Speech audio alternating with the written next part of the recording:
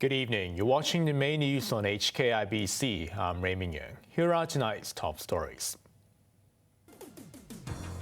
A mother is suspected of killing her 3 daughters over an alleged custody battle.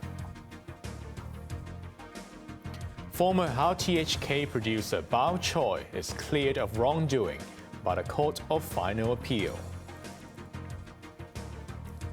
And Saudi Arabia to cut oil production further by 1 million barrels starting next month.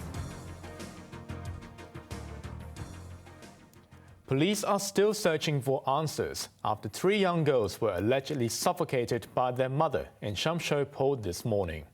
An initial investigation suggested a custodial battle between the girls' parents could have led to the tragedy. Janice Low reports. Police officers stormed a subdivided flat on Quailin Street in Shamshoi at around 11 a.m. after receiving a tip-off about a murder. Inside the unit was a 29-year-old woman who is of Indian descent, but the bedroom was locked. Officers broke into the room and discovered 3 girls were on the bed in an unconscious state. The children, aged 2, 4, and 5, were rushed to Caritas Medical Center, where they were pronounced dead. Superintendent Alan Chung from the Kowloon West Regional Headquarters described the tragedy as a case of very serious domestic violence. He said the girls might have been suffocated as none of them had any visible wounds. We found bloodstains on the pillows, as well as on the face and mouth of one of the deceased, Chung said. The children were believed to have passed away up to 2 hours before they were hospitalized. Chung said police will look into the relationship of the parents who have separated. The father, so far from our investigation, we do not find any evidence suggesting they were arguing this morning or recently. In fact, we believe the father has not been in touch with the arrested person or his children for quite a while. The mother does not have any history of mental disorder. Her sister-in-law was still emotional as she arrived at the hospital. My brother filed for custody.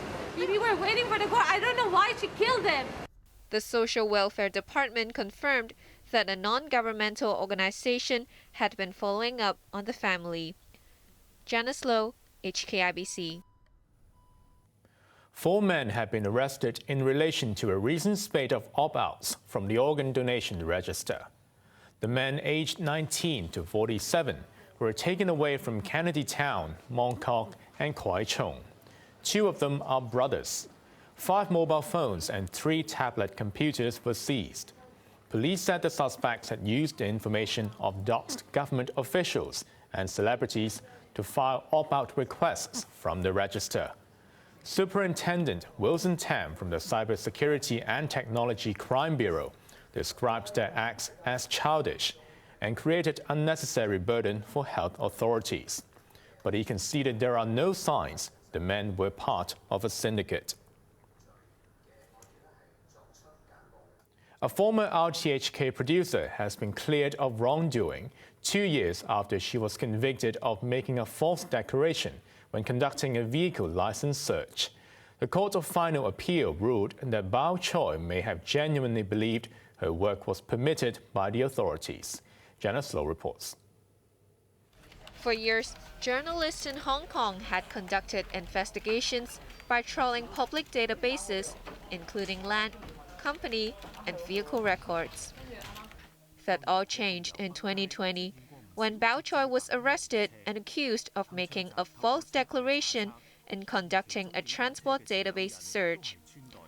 The freelance journalist, who was producing a documentary for RTHK, was trying to identify perpetrators of a violent mob attack in Yuen Long back in July 2019. She denied the charge but was convicted by a lower court and fined $6,000. The ruling was upheld after an initial appeal last year, prompting her to take the case to the city's top court. A 5-judge panel led by Chief Justice Andrew Yeung unanimously quashed her conviction today. Happy. I could not think of another word that can describe my mood right now. And I kind of think that this kind of happiness belongs to everyone in the society, not just me individually. The Court of Final Appeal heard that when Choi conducted the vehicle license plate search, she declared it was for the purpose of other traffic and transport-related matters. Cheung ruled there was no reason to exclude investigative journalism from the category, as both freedom of speech and the press are protected by the Constitution. He also rejected the prosecutor's claim that the phrase was clear and unambiguous. With about 1 in 8 searches in 2010 made by media or news agencies, Choi might have genuinely believed that the category included reporting purposes. The statement, therefore, must be understood to be a wide catch-all option for applicants, and Choi was acquitted.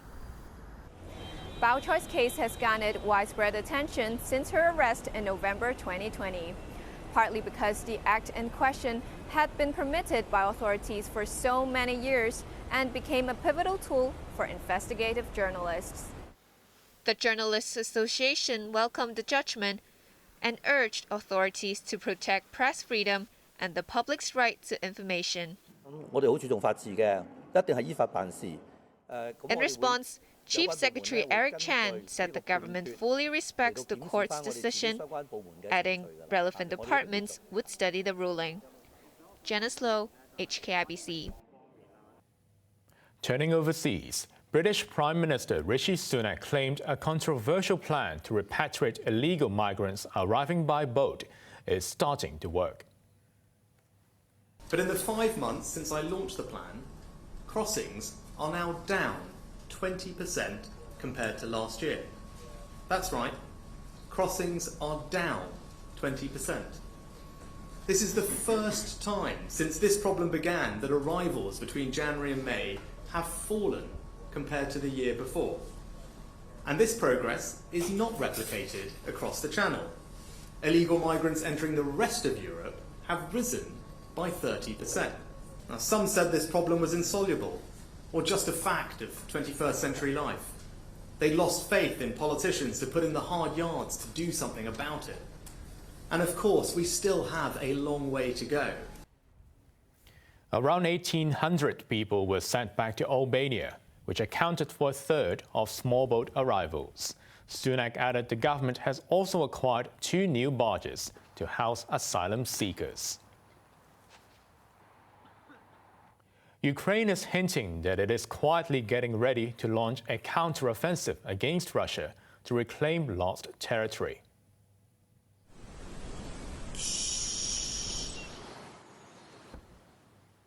In a cryptic video released by the Defense Ministry, soldiers on the battlefield placed a finger on the lips to preach silence. These were followed by text messages of "Plans love silence," and there will be no announcement of the start. The video then ends with a shot of 2 F-16 fighter jets in the air, in Kyiv's strongest hint yet that it will launch an attack on Russia. Moscow, meanwhile, claimed that it had fought a large-scale Ukrainian offensive in the occupied city of Donetsk. Defense Ministry spokesman Igor Konashenkov said 250 Ukrainian soldiers were killed, while tanks and other infantry vehicles were destroyed. Kyiv has not commented on the attack so far.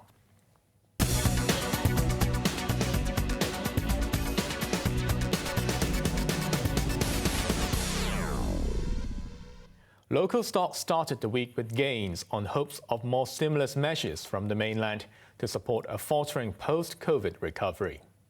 The Hang Seng Index finished 0.8% higher as buying sentiment improved. Chip maker SMIC was up 6.3%. Online travel agency Trip.com continued its rollover from the weekend to close 4.4% higher. Hang Seng Bank was up nearly 3% after it announced a collaboration with MasterCard. Mainland developer Country Garden took one of the biggest hits of the day, dropping 4% after existing policies failed to sustain a rebound in the ailing property sector. Now let's take a look at the markets. The Hang Seng Index ended the day up by 158 points. To the top 10 active stocks, the Tracker Fund picked up 16 cents. Tencent was up $4, while Alibaba was up 25 cents. HSBC was up 95 cents, while AIA was up by $1.90. The forex trading against the Hong Kong dollar, the euro's at 8.37, pound sterling 9.7, while the Australian dollar at 5.16. Finally, in Europe, the London FTSE is currently up by 39 points. Saudi Arabia will cut oil production by 1 million barrels per day starting next month in a bid to stabilize prices and ward off bearish speculators.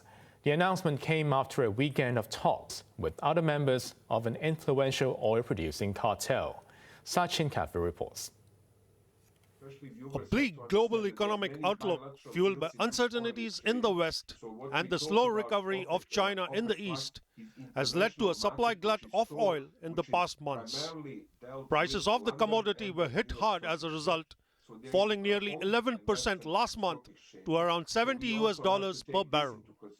In a bid to stop the slide, an influential bloc of oil-producing countries agreed to further cut output following talks in Vienna over the weekend. Saudi Arabia, the top producer in the Organization of Petroleum Exporting Countries, or OPEC, will scale back production by 1 million barrels per day from July. That is equivalent to 1% of global demand. The latest policies sent prices of Brent crude up by around 2% to $77. The Saudi energy minister did not hide his intentions as he continues his war against speculators. I would have to call it the Saudi lollipop, which is 1 million barrel of reduction for the start that starts at the 1st of July, and that million is also extendable. We're hedging, but we're using the fundamentals to hedge, and we will continue to hedge as long as we don't see clarity and stability. The latest cut will see the kingdom's production come down to 9 million barrels per day, its lowest in nearly 2 years. OPEC, which accounts for more than 1/3 of the world's oil output, also announced further cuts of 1.4 million barrels per day from next year. This is on top of the 1.6 million barrel per day reduction the cartel only implemented in May. Western nations have long accused OPEC of manipulating oil prices and undermining the global economy. But OPEC nations hit back, saying the failure by the West to tame inflation has forced them to act to maintain the value of the commodity. Sachin Katwe, HKIBC. On to the weather now. Brace for thunderstorms and heavy rain tomorrow. Temperatures will range between 27 and 31 degrees. More or less the same on Wednesday before conditions improve. That's our main news for Monday night. Join us for more news at 11. I'm Raymond Yeung. Thanks for watching. Good night.